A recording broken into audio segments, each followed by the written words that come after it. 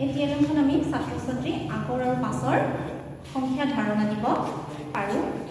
যেনে ধৰক আপোনালোকে যদি একৰ আগত কি আছে এয়া 0, যদি আমি কওঁ দুইৰ পাছত কি আছে এয়া 3, 3ৰ আগত কি আছে 2, 4ৰ আগত কি আছে 3, 5ৰ আগত কি আছে 4, এয়া 6ৰ পিছত কি আছে 7, 7ৰ পিছত কি আছে 8, সেই তেনেকৈ 8ৰ পিছত কি আছে সেই তেনেকৈ আমি ধাৰণা দিব। ইয়াতে আমি সংখ্যাৰ ছাত্ৰ ছাত্ৰী সংখ্যাৰ ধাৰণা টিএলএমৰ জৰিয়তে দিব পাৰোঁ। ধৰক আপোনালোকে যদি একৰ আগত কি আছে এয়া 0, যদি আমি কওঁ দুইৰ পাছত কি আছে এয়া 3, 3ৰ আগত কি আছে 2,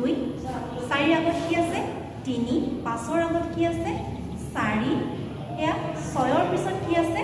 7, 7ৰ পিছত কি আছে 8, সেই তেনেকৈ 8ৰ